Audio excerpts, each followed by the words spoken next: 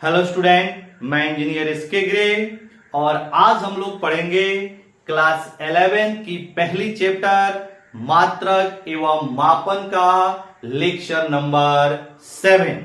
और आज का जो मेरा टॉपिक है वो है विमीय विश्लेषण, जिसको इंग्लिश में हम लोग डायमेंशन एनालिसिस बोलते हैं। तो चलिए क्लास हम लोग स्टार्ट करते हैं।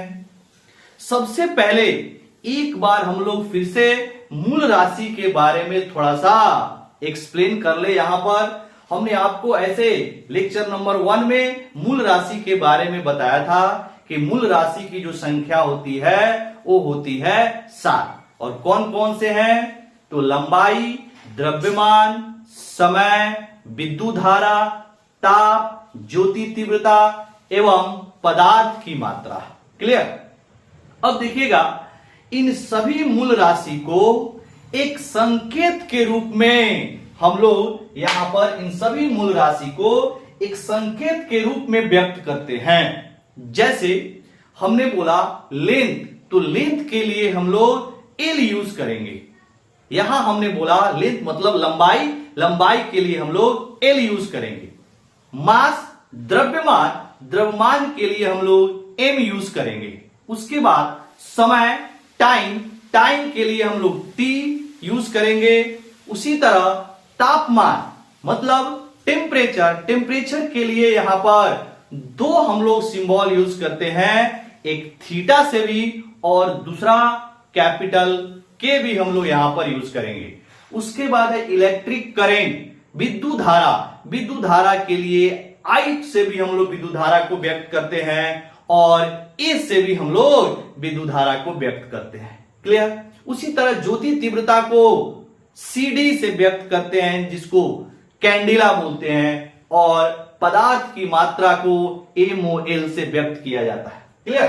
तो सबसे पहले जो हमने आपको मूल राशि क्लास जो आपका फर्स्ट लेक्चर है वहां पे जो हमने मूल राशि लिखाया था, फिर से हम यहां पर उसको लिख रहे हैं। फिर से समझते हैं कि भाई डायमेंशन होता क्या है, बीमा होता क्या है, बीमीय सूत्र क्या होता है, उसके बाद बीमीय समीकरण क्या होता है। आज इन सारी चीजों को हम लोग बीमीय विश्लेषण के अंदर पढ़ने वाले हैं। क्लियर? तो चलिए यहां पर हम लोग लिखते हैं, यहां पे मूल राशि और उसके लिए जो हम लोग बीमीय सूत्र यूज करते हैं उसको यहां पे लिखते हैं। बीमीय सूत्र, सारे चीज का यहां पे कंफ्यूजन आज दूर होगा। बीमीय सूत्र, बीमा और बीमीय समीकरण, इन तीनों चीज को हम लोग आज देखने वाले हैं। तो सबसे पहले यहां पे आप एक कॉलम बनाएंगे, एक कॉलम में आप मूल राशि लिखेंगे और एक दूसरा कॉलम बनाएंगे जिसमें आप उसकी बीमीय सूत्र को लिखेंगे। तो सबसे पहले हम यहां बात करते हैं लंबाई, मूल राशि है, द्रव्यमान, मूल राशि है, समय, फिर इसके बाद में तापमान, विद्युत धारा, ज्योति तीव्रता और पदार्थ की मात्रा। क्लियर? अब लंबाई के लिए जो बीमीय सूत्र यूज करना है वो कैपिटल एल, और मतलब लंबाई को हम लोग एल से व्यक्त करेंगे। और जब भी आप बीमीय सूत्र लिखें हमेशा उसको एक बड़ी कोष्ठ के अंदर लिखना होता है। सारी चीज को हम लोग यहां पर नोट करेंगे, सारी चीज को लिखेंगे भी यहां पे बोर्ड पे, बस आप समझते जाइए। द्रव्यमान को हम लोग एम से व्यक्त करते हैं, समय को टी से, तापमान को कैपिटल के और थीटा से भी हम लोग व्यक्त करते हैं। इसके बाद विद्युत धारा कैपिटल ए या फिर कैपिटल आई, ज्योति तीव्रता को सीडी से और पदार्थ की मात्रा को एमओएल से, मोल से। क्लियर? तो ये है आपका जो 7 मूल राशि है उसका जो आपका विमीय सूत्र है वो सारी चीज। अब देखिएगा यांत्रिकी में यानी मैकेनिक्स में आपको यही 3 मेनली यूज आएगा, लंबाई, द्रव्यमान और समय। यही तीन आपको मैकेनिक्स में यूज आएगा। इसके अलावा बाकी सब, जैसे आप करंट पढ़ेंगे तो वहां पे विद्युत धारा यूज होगा, या फिर आप हीट एंड थर्मोडायनेमिक्स वहां पे टेम्परेचर यूज होने वाला है। क्लियर? लेकिन मैकेनिक्स में आपको यही तीन आपके जो मूल राशि है वह यूज होने वाले हैं, लंबाई, द्रव्यमान और समय। ठीक, अब चलिए हम लोग ये समझते हैं कि विमीय सूत्र क्या है, उसके बाद विमा क्या होता है और विमीय समीकरण क्या है। 3 चीजें हमने बोला, विमा, विमीय सूत्र और विमीय समीकरण। इन तीनों चीजों को समझने वाले हैं। पहले आप इसको नोट कर लीजिएगा कि अगर लंबाई को हमें रिप्रेजेंट करना है तो L से, द्रव्यमान को M से, समय को T से, तापमान को K या थीटा से, विद्युत धारा को A या I से, ज्योति तीव्रता को CD से और पदार्थ की मात्रा को MOL से। पहले इसको आप नोट करेंगे बाबू फटाफट। हो गया? आइए यहां पर एक एग्जांपल से हम लोग समझते हैं।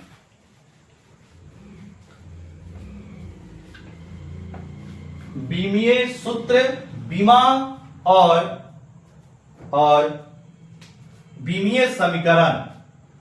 यहां पे हमने लिखा विमीय सूत्र, ठीक, इसके बाद में विमा और यहां पे हमने लिखा विमीय समीकरण।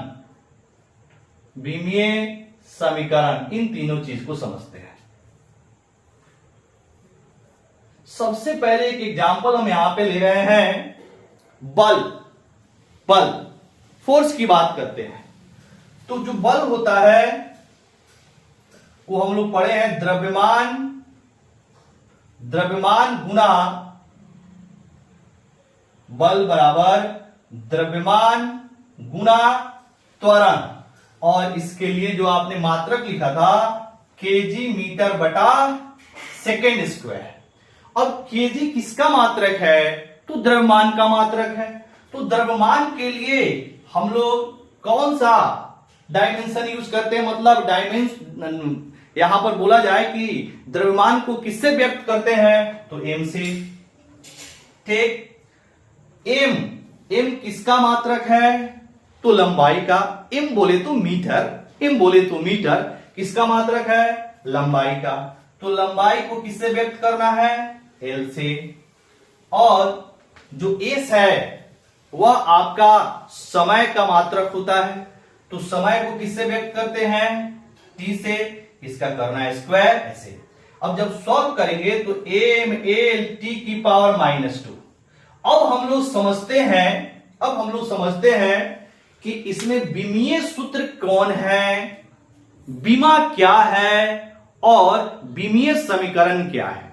इंग्लिश में बोला जाए तो डायमेंशनल फॉर्मूला, डायमेंशन और डायमेंशनल इक्वेशन।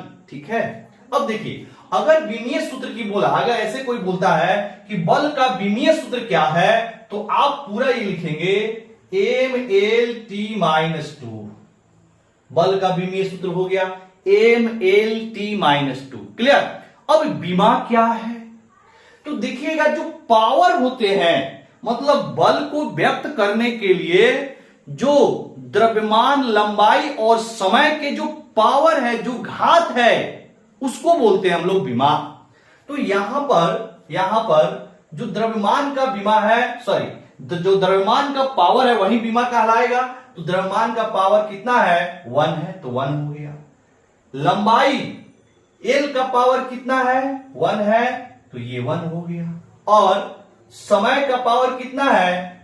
तो आपका -2 है, तो ये -2 हो गया। मतलब ऐसे बोलेंगे कि बल में द्रव्यमान का विमा 1 है, लंबाई का 1 है और समय का -2 है। तो ये है बीमा। तो बीमा क्या है? बीमा आपका पावर होता है, मूल राशि के जो पावर होते हैं वो होता है बीमा। उसको हम लोग यहां पे परिभाषा में बीमा को डिफाइन भी करेंगे। क्लियर? और बीमीय सूत्र क्या है? तो ऐसे लिखेंगे, बल बराबर MLT-2। मतलब आपने किसको रिप्रेजेंट करा? तो बल को। तो बल बराबर MLT-2। LHS और RHS आ रहा है कि नहीं? तो ये कहलाएगा आपका बीमीय समीकरण। क्लियर हुआ? तो बीमा को अगर हमें डिफाइन करना हो तो कैसे डिफाइन करेंगे? सुनिएगा। डायमेंशन क्या है, इसको कैसे हम लोग डिफाइन करेंगे, परिभाषित करेंगे, समझिएगा। क्या होता है, किसी भौतिक राशि इन द सेंस व्युत्पन्न राशि को, किसी भौतिक राशि को व्यक्त करने के लिए मूल राशि पर जो लगाए गए घात होते हैं वह बीमा कहलाती है। ठीक है? यानी कि ऐसे हम लोग लिखते हैं, ऐसे लिखते हैं, बीमा का परिभाषा, डायमेंशन का डेफिनेशन यहां पे हम लोग लिखते हैं। सेकेंड,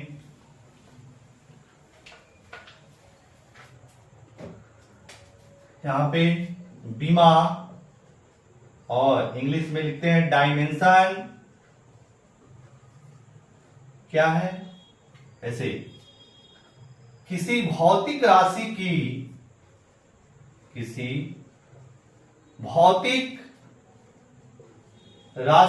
और कौन से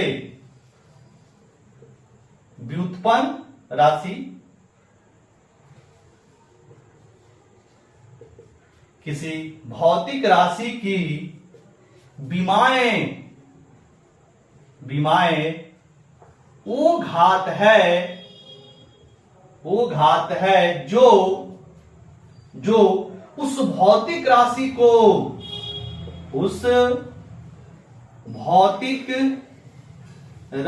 को व्यक्त करने के लिए मूल राशि पर लगाए जाते हैं। क्लियर? यानी किसी भौतिक राशि की बीमाएं वो घात है मतलब पावर है जो उस भौतिक राशि को व्यक्त करने के लिए मूल राशि पर लगाए जाते हैं। क्लियर? और मैकेनिक्स में मेनली आपको 3 ही मूल राशि मिलेगा।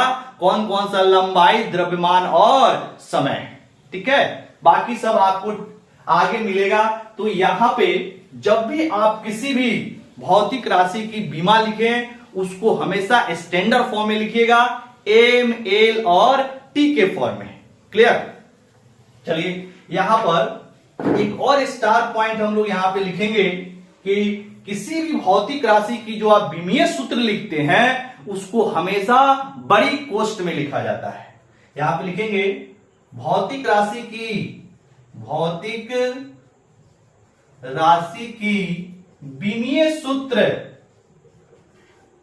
बीमीय सूत्र हमेशा बड़ी कोष्ठक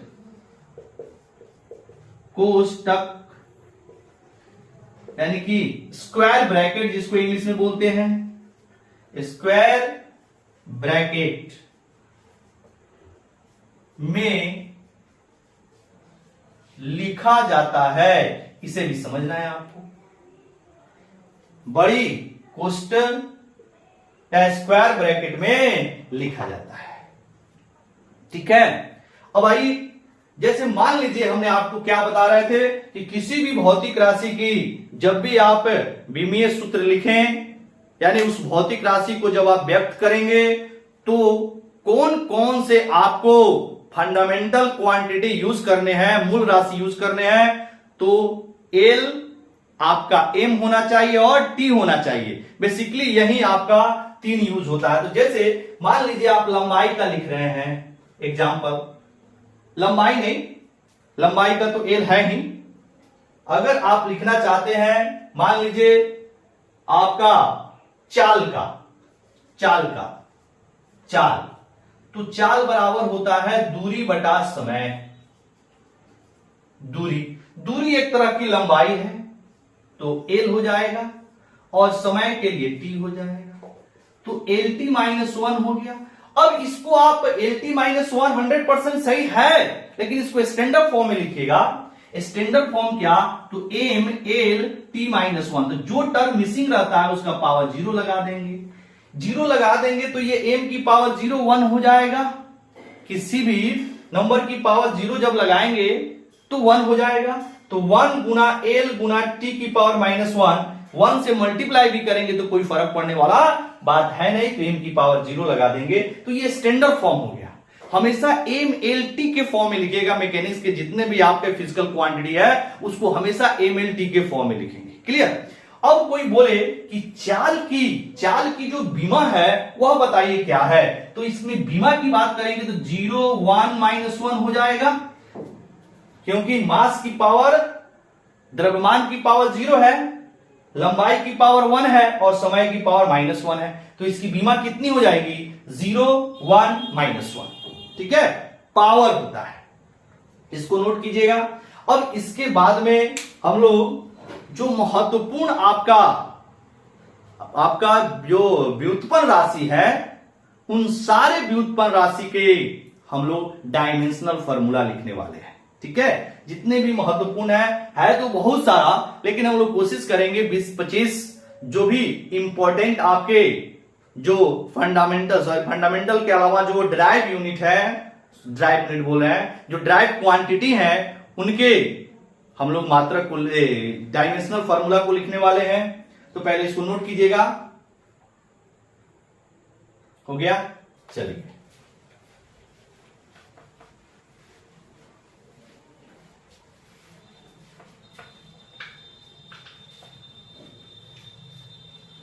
यहां पर हेडिंग लगाएंगे। अब यहां पर हेडिंग लगाने वाले हैं, महत्वपूर्ण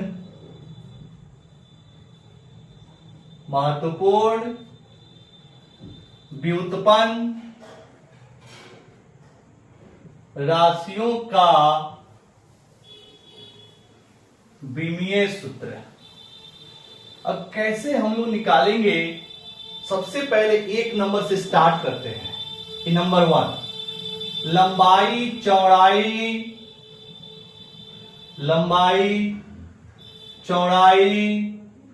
ऊंचाई दूरी विस्थापन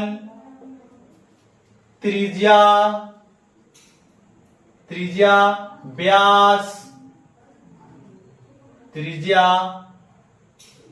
व्यास परिधि, ये सब जो है वह लंबाई का ही पार्ट है। जीवा ले लीजिए, जिसको इंग्लिश में कॉर्ड बोलते हैं, ये सब के सब लंबाई का ही पार्ट होता है। लंबाई, चौड़ाई, ऊंचाई, दूरी, विस्थापन, जीवा, व्यास, त्रिज्या, परिधि, ये सब क्या है, ये सब लंबाई का ही पार्ट होता है। इसीलिए इन सबका जो विमीय सूत्र होगा वह एल होगा, याद रखना है। अब इसको अगर स्टैंडर्ड फॉर्म में लिखेंगे तो एम नहीं है तो एम की पावर जीरो, एल है तो एल हो गया, टी नहीं है तो टी की पावर जीरो। पावर लगा देंगे, 1 गुना 1 इधर हो जाएगा, 1 गुना एल गुना 1 एल के बराबर। तो स्टैंडर्ड फॉर्म में हमेशा एम एल टी के फॉर्म में लिखना है आपको। सेकेंड नंबर, अगर बात करें हम लोग क्षेत्रफल का,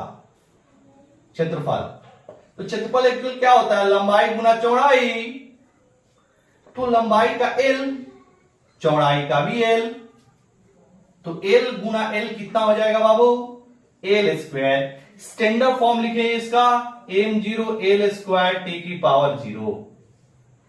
नेक्स्ट तीसरा, आयतन वॉल्यूम क्या होता है, बेसिकली लंबाई गुना चौड़ाई गुना ऊंचाई। अब इसकी अगर हम लोग विमीय सूत्र की बात करें तो एल गुना एल सॉल्व करेंगे तो एल क्यूब हो जाएगा। Standard form M zero L cube T zero. ये होगी सब डायमेंशनल फॉर्मूला। अगर इसकी डायमेंशन की बात करें, मतलब इसकी बीमा की बात करें, तो बीमा क्या हो जाएगा बाबू? 010। इसकी बीमा हो जाएगी 010। इसकी बीमा कितनी हो जाएगी? 020। इसकी बीमा 030। ऐसे ये सब इसकी बीमा हो गए हैं, बीमा। तो ये बीमा है, यहां पर क्या लिखेंगे? ये बीमा है, इसकी ये बीमा हो गई। एक सेकेंड,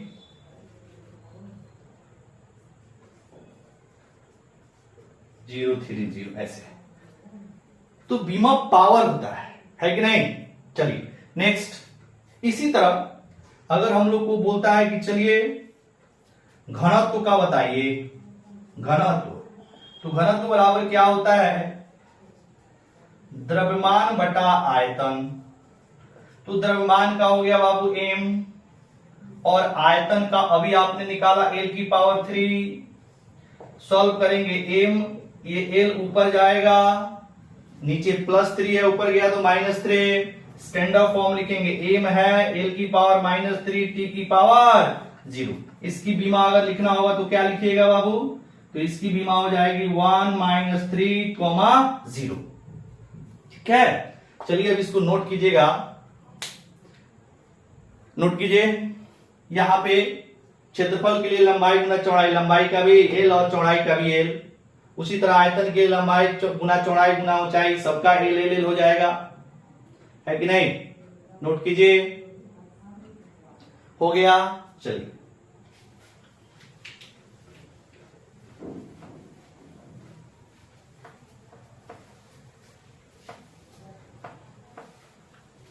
इसके बाद में घनत्व के आगे अगर हम बात करें चाल का, चाल का 5वां नंबर है चाल। तो चाल बराबर होता है दूरी बटा समय। दूरी का l अभी हमने आपको बताया, और समय का t। सॉल्व करेंगे lt -1। स्टैंडर्ड फॉर्म हो जाएगा m की पावर 0 lt -1। उसी तरह 6 नंबर में अगर हम बात करें वेग का, तो वेग बराबर होता है विस्थापन बटा समय। विस्थापन का l और समय का t। सॉल्व करेंगे lt -1। स्टैंडर्ड फॉर्म हो जाएगा m0 lt -1। आ रहा है समझ? बस आप क्या करेंगे, पीछे का जो हमने लिखा है उसका यूज करना है। सिर्फ विस्थापन का यहां पर l होता है और समय का t होता है, बस लिख देना है, इसको हल कर लेना है। यहां पे आप देख रहे हैं कि चाल और वेग दोनों का विमीय सूत्र क्या है? समान है। तो यहां नोट में आप लिख सकते हैं, चाल एवं वेग का विमीय सूत्र एक समान होता है। नेक्स्ट 7 नंबर अगर बात करें हम लोग त्वरण का, क्या होगा त्वरण का? वेग बटा समय फॉर्मूला होता है। वेग का अभी आपने निकाला, देखिए lt -1, और समय का होता है t। सॉल्व करेंगे, ये हो जाएगा lt -2, क्योंकि ये t ऊपर जाएगा, नीचे वाला -1, पहले से ऊपर -1 है, -1 मिलके -2 हो जाएगा। स्टैंडर्ड में फॉर्म में लिखेंगे तो m0 lt -2 होगा। नेक्स्ट इसी तरह अगर हम बल की बात करें, तो बल बराबर होता है द्रव्यमान गुना त्वरण। तो द्रव्यमान का m हो गया, और त्वरण का अभी आपने निकाला lt -2, तो ये आ जाएगा m lt -2। इसको बिल्कुल आपको याद रखना है, ये आप बहुत ज्यादा यूज करने वाले हैं आगे। नेक्स्ट 9 नंबर में अगर हम लोग बात करें दाब की, दाब क्या होता है?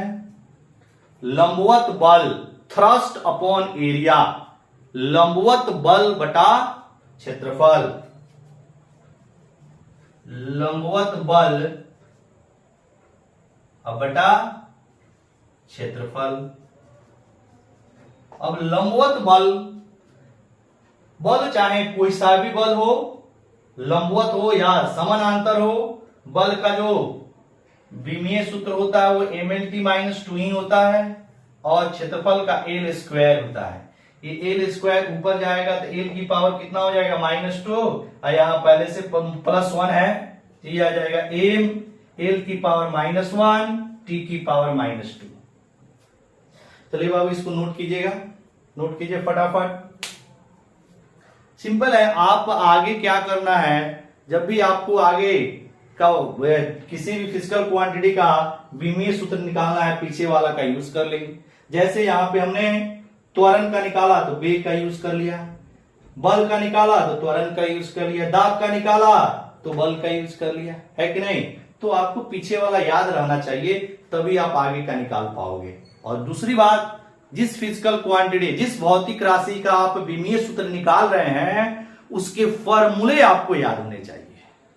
जब तक फॉर्मूला याद नहीं रहेगा तब तक नहीं बनेगा। हो गया। नेक्स्ट,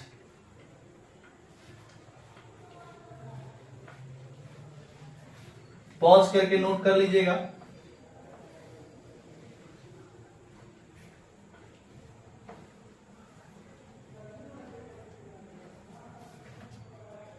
जितना भी नंबर है आप लगाते जाइएगा, जो भी नंबर है। इसके बाद में हमने लिखा प्रतिबल। प्रतिबल, तो प्रतिबल बराबर भी होता है बल बटा क्षेत्रफल। अब ये किसी भी प्रकार का बल हो सकता है, लंबवत हो जाए या समानांतर हो जाए, किसी भी प्रकार का बल हो सकता है। लेकिन दाब में कैसा बल होना चाहिए, आपका लंबवत बल होना चाहिए, लंबवत बल, है कि नहीं। तो यहां पे लिखेंगे बल बराबर force, sorry M L T -2 और क्षेत्रफल का फिर एल स्क्वायर हो जाएगा। सॉल्व करेंगे तो एम एल -1 और टी -2 हो जाएगा। क्लियर। नेक्स्ट, अगर हम बात करें विकृति की, विकृति, तो विकृति बराबर होता है लंबाई में परिवर्तन, लंबाई में परिवर्तन अब बटा वास्तविक लंबाई, वास्तविक लंबाई। तो लंबाई में परिवर्तन होगा तो या तो लंबाई बढ़ेगा या तो लंबाई घटेगा, है कि नहीं। तो इसका डायमेंशन क्या लेंगे, एल ही लेंगे। या तो लंबाई छोटा होगा या तो लंबाई बड़ा होगा तो लंबाई ही, वास्तविक लंबाई का भी एल हो जाएगा। सॉल्व करेंगे तो एल की पावर 0 हो गई। अब एल की पावर 0 को अगर हम लोग स्टैंडर्ड फॉर्म में लिखे तो m0 l0 t0। जब बीमा अगर 0,0,0 हो जाए तो इसको बीमाहीन बोलते हैं, मतलब इसका कोई बीमा है ही नहीं, इसकी कोई बीमा है ही नहीं। तो आप यहां पे लिख सकते हैं विकृति बीमाहीन राशि होता है, स्टार पॉइंट करके, विकृति बीमाहीन राशि होता है, तो डायमेंशनलेस क्वांटिटी है। नेक्स्ट, अगर बात करें हम लोग प्रत्यास्थता गुणांक का, प्रत्यास्थता गुणांक, तो ये होता है आपका प्रतिबल बटा विकृति। प्रतिबल का क्या हो गया, तो m l -1 t -2 और विकृति का आपने देखा m0 l0 t0। सॉल्व करेंगे तो क्या आ जाएगा, m l -1 t -2। अब 3 देखिएगा, यहां पे हम नोट लिख रहे हैं। क्या नोट है, आप देखिए दाब का, प्रतिबल का और प्रत्यास्थता गुणांक, प्रत्यास्थता गुणांक का विमीय सूत्र एक समान होता है, एक समान होता है। ये चीज तीनों का, दाब, प्रतिबल और प्रत्यास्थता गुणांक, इन तीनों का जो विमीय सूत्र होता है वो एक समान होता है। क्लियर। नोट कीजिएगा बाबू, इसको पॉज करके नोट कीजिए।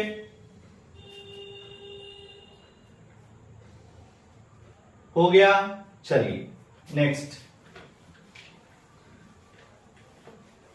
इसके बाद में अगर हम लोग संवेग का विमीय सूत्र निकाले तो कितना आएगा, देखिए संवेग, नेक्स्ट लिखेंगे संवेग, संवेग बराबर क्या होता है, द्रव्यमान गुना वेग, द्रव्यमान का m और वेग का LT माइनस वन, सॉल्व करेंगे m LT minus one. Next बात करें आवेग का, तो आवेग बराबर क्या होता है, बल गुना समय, बल का m LT माइनस टू और समय का होता है बाबू t। अब यहां पर t माइनस वन है, सॉरी t माइनस टू है, यहां पर t प्लस वन है, सॉल्व करेंगे तो m LT माइनस वन। अब इन दोनों का देखिए संवेग और आवेग, फिर इसको नोट में लिखिए, इन दोनों का विमीय सूत्र समान होता है, तो लिखेंगे संवेग एवं आवेग का विमीय सूत्र एक समान होता है। क्लियर? चलिए नेक्स्ट, अब इसके बाद में कार्य का लिखें, तो कार्य बराबर क्या होगा बाबू, बल गुना विस्थापन, मतलब बल और बल की दिशा में जो विस्थापन होता है उसका जो गुणनफल होता है वह कार्य के बराबर होता है।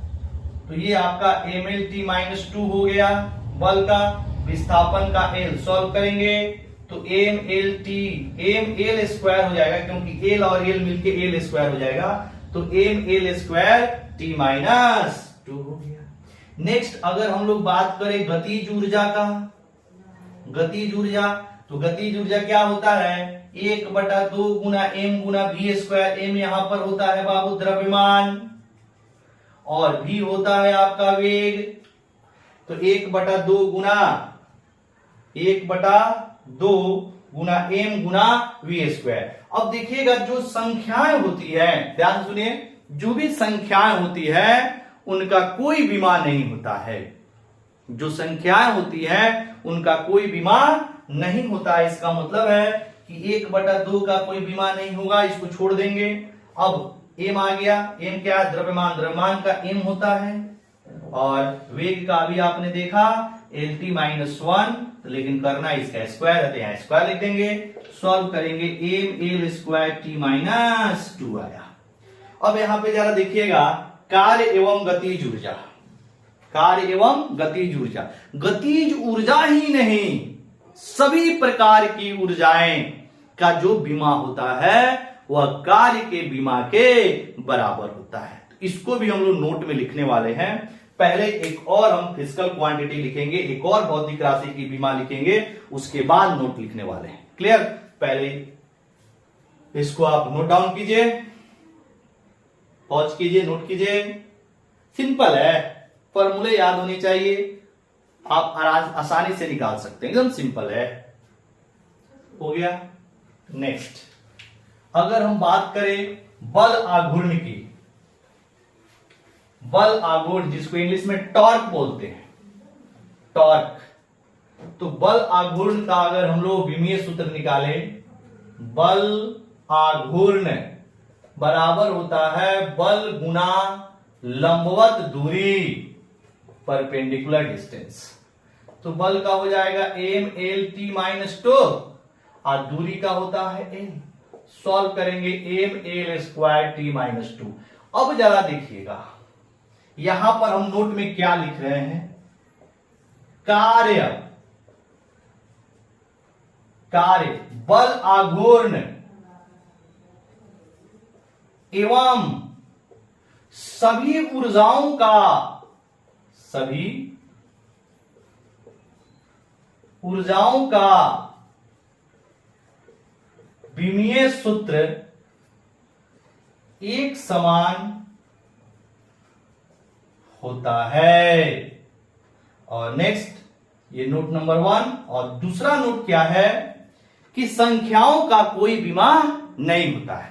तो इसको नोट नंबर 2 में लिखते हैं, संख्याओं का कोई विमा नहीं होता है, संख्याओं का कोई भी मान नहीं होता है। और कार्य, बल, आघूर्ण एवं सभी ऊर्जा, चाहे वो गतिज ऊर्जा हो, चाहे वो स्थैतिज ऊर्जा हो, चाहे वो प्रकाश ऊर्जा हो, रासायनिक ऊर्जा हो, ऊर्जा लग गया तो उसकी जो विमीय सूत्र होगी वह ml² t-2 के बराबर होगा। इस नोट को याद रखना है। क्लियर? इसके बाद जड़त्व आघूर्ण, इसको इंग्लिश में मोमेंट ऑफ इनर्शिया बोलते हैं। तो ये होता है द्रव्यमान गुना त्रिज्या का स्क्वायर। तो द्रव्यमान का हो गया m, त्रिज्या का l होता है तो l का स्क्वायर। सॉल्व करेंगे तो ml², standard form ml² t⁻0, t नहीं है तो t⁻0। चलिए इसको नोट कीजिए, फिर आगे बढ़ते हैं। नोट किया जाए, पॉज करके नोट कीजिए बाबू। हो गया? चलिए अगला नंबर, अगर हमें निकालना हो गुरुत्वाकर्षण नियतांक का विमीय सूत्र तो कैसे निकालेंगे? यहां पे अगर हम बोले गुरुत्वाकर्षण नियतांक, तो गुरुत्वाकर्षण नियतांक के लिए निकालने के लिए हम लोग को गुरुत्वाकर्षण बल को एक बार याद करना होगा। गुरुत्वाकर्षण बल कैसे निकालते हैं? तो सबसे पहले अगर द्रव्यमान है, कोई दो वस्तु जिसमें द्रव्यमान है, मान लीजिए एक का द्रव्यमान m1 है और दूसरे वस्तु का द्रव्यमान m2 है। अगर इनके बीच की दूरी r है तो इन दोनों वस्तुओं में एक आकर्षण बल लगता है। किसके कारण? तो इनके द्रव्यमान के कारण। तो इस आकर्षण बल को हम लोग बोलते हैं गुरुत्वाकर्षण बल, और इसकी जो फॉर्मूला आता है वह G m1 m2 बटा r²। अब यहां से आप G निकाल सकते हैं F इंटू r² बटा m1 m2। अब इसमें क्या है बाबू? F क्या है? तो गुरुत्वाकर्षण बल है, जो कि आकर्षण वाला नेचर का होता है, एक दूसरे को आकर्षित करती है। R क्या है? दूरी है। और m1 m2 क्या है? m1 m2 तो ये द्रव्यमान है। तो यहां पे अगर आप G का निकाले तो आपको M का आना चाहिए। M मतलब बल का होता है ml/t⁻², और ये आपका दूरी है तो दूरी का L, लेकिन करना है स्क्वायर है तो L², और ये दोनों द्रव्यमान है तो M और M हो गया। अब देखिएगा इसको जब सॉल्व करेंगे तो ये आ जाएगा ml³ t⁻², क्योंकि L और L² मिलकर L³ हो जाएगा और नीचे m गुना m² हो जाएगा। ये m² ऊपर जाएगा तो -2, अब पहले से +1 है तो ये हो जाएगा -1, क्योंकि -2 +1 मिलके -1, और L⁻³ हो जाएगा और t⁻² हो जाएगा। तो m⁻⁻1 L³ और t⁻², ये होता है गुरुत्वाकर्षण नियतांक। लिखिएगा फटाफट, जल्दी जल्दी नोट करेंगे। हो गया? आइए नेक्स्ट, गुरुत्वाकर्षण नियतांक के बाद में अगर हम लोग बात करें विशिष्ट उष्मा धारिता, यहां पर अगर हमें निकालना हो विशिष्ट उष्मा धारिता, इसको इंग्लिश में हम लोग स्पेसिफिक हीट कैपेसिटी बोलते हैं। तो इसके लिए जो फॉर्मूला होता है वो होता है Q बराबर ms∆T, जहां पर ये Q क्या है? उष्मा है। Q उष्मा है, M द्रव्यमान है, और S जो है आपका विशिष्ट उष्मा धारिता है, और ΔT ताप परिवर्तन है, ताप में परिवर्तन। ताप में परिवर्तन या तापांतर भी इसको बोलते हैं। अब हमें एस का निकालना है, विशिष्ट उष्माधारिता। तो एस बराबर क्या हो जाएगा बाबू, Q divided by M delta T. और क्यू उष्मा है, उष्मा का डायमेंशनल फॉर्मूला क्या होगा सोचिए जरा। तो उष्मा का जो विमीय सूत्र होता है वह ऊर्जा के विमीय सूत्र के बराबर है। क्यों?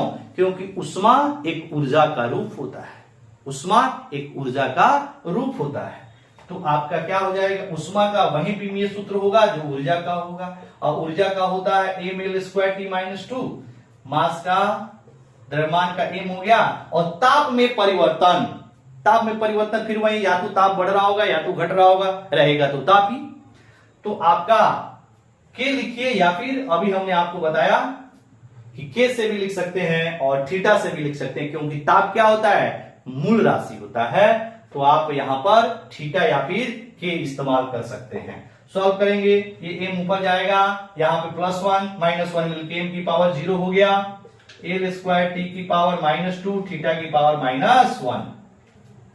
ये हो गया आपका विशिष्ट उष्माधारिता। नेक्स्ट, उसी तरह अगर हम लोग को गुप्त उष्माधारिता निकालना है, गुप्त उष्माधारिता, इसको हम लोग कैपिटल L से लिखते हैं। तो गुप्त उष्माधारिता का फॉर्मूला होता है Q = m × L। Q = m × L।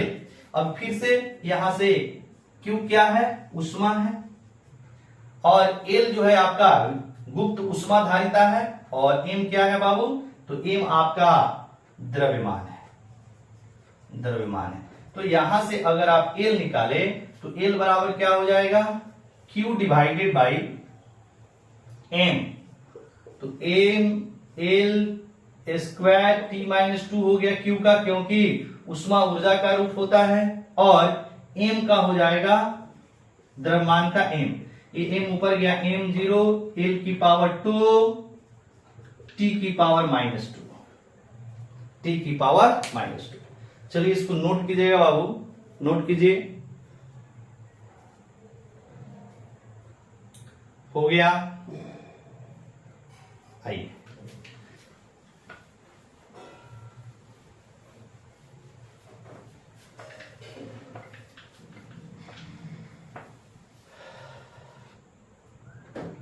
अगर हम लोग बात करें शक्ति की, शक्ति, पावर, शक्ति, तो क्या होता है शक्ति, पावर, ऊर्जा बटा समय, नहीं तो यहां पर लिख सकते हैं ऊर्जा बटा समय, या कार्य बटा भी समय लिखा जाता है। कार्य बटा समय लिखिए या फिर ऊर्जा बटा समय लिखिए। तो क्या हो जाएगा, ऊर्जा के लिए आप mL²T-2 और समय का T हो जाएगा। सॉल्व करेंगे तो mL² की पावर -1, ये सॉरी -1 नहीं -3, ये आपका ऊपर जाएगा तो T की पावर वो -1 है, पहले से यहां -2 है, कितना हो जाएगा T की पावर -3। इसके बाद में अगर हम लोग आवृत्ति निकाले, आवृत्ति मतलब फ्रीक्वेंसी, तो फ्रीक्वेंसी का जो फॉर्मूला होता है वो होता है 1 आवर्त काल, 1 आवर्त काल। काल मतलब क्या है, समय, काल क्या है, समय है। तो आपका आवृत्ति का हो जाएगा 1/T, T ऊपर जाएगा तो T की पावर -1। सॉल्व करेंगे standard form m0 L0 T की पावर -1। क्लियर, नोट कीजिएगा। और लंबा आपका वीडियो हो रहा है, इसीलिए आज का क्लास हम लोग यहीं स्टॉप करते हैं। अभी हम लोग कुछ और भौतिक राशि के जो विमीय सूत्र है उसको अभी लिखेंगे, उसके बाद इस पे जो भी क्वेश्चंस हैं उस क्वेश्चन को सॉल्व करेंगे। ठीक है। दूसरी बात, एक सूचना है आपको मैं देना चाहूंगा कि इसके पिछले वाली जो वीडियो है वह है लेक्चर नंबर 6, जो हमसे बाय मिस्टेक लेक्चर नंबर 5 लिखा गया था। वो एक्चुअल में लेक्चर नंबर 6 है। जस्ट इसके बाद वाला जो जस्ट इसके पहले वाली जो वीडियो है, जिसमें हमने आपको सार्थक अंक के जो कैलकुलेशन है वो हमने सिखाए थे। क्लियर? पूर्णांकन जिसमें है राउंडिंग ऑफ का जो कंसेप्ट है वो आपका एक्चुअल में लेक्चर नंबर 6 ही है, बाय मिस्टेक वो लेक्चर नंबर 5 हो गया था। क्लियर? अब देखिए वीडियो लंबा ना हो इसीलिए हम लोग इसको यहीं स्टॉप करते हैं। क्लियर? फिर मिलेंगे अगले वीडियो में, तब तक आप लोग पढ़ाई करते रहें। Very very thank you.